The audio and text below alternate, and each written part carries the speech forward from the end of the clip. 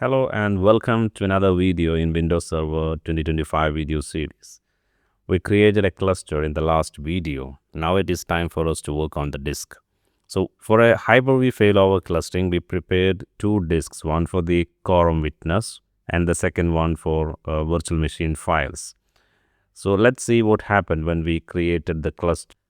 Log into one of the hypervisor, then go to Failover Cluster Manager, then expand storage, then you find disks, and where you can see two cluster disk 1 and 2. One is assigned to disk witness in the quorum and its size is 1 GB. So when the cluster was created, this small 1 GB disk was automatically selected as a quorum witness, and the purpose is to maintain the cluster availability. It acts as a tiebreaker during the node failure. Then the second disk, as you can see, it is assigned to as available storage.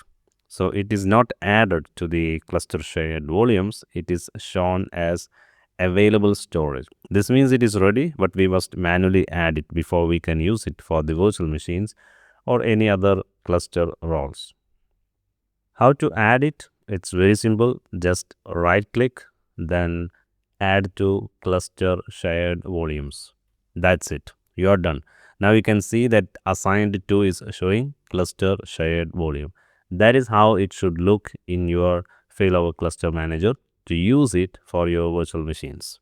We saw now how to utilize the disks in the failover cluster. It's not just you connect the disk to the hypervisor, you have to add it to the cluster disk if it's not added automatically while creating the failover cluster.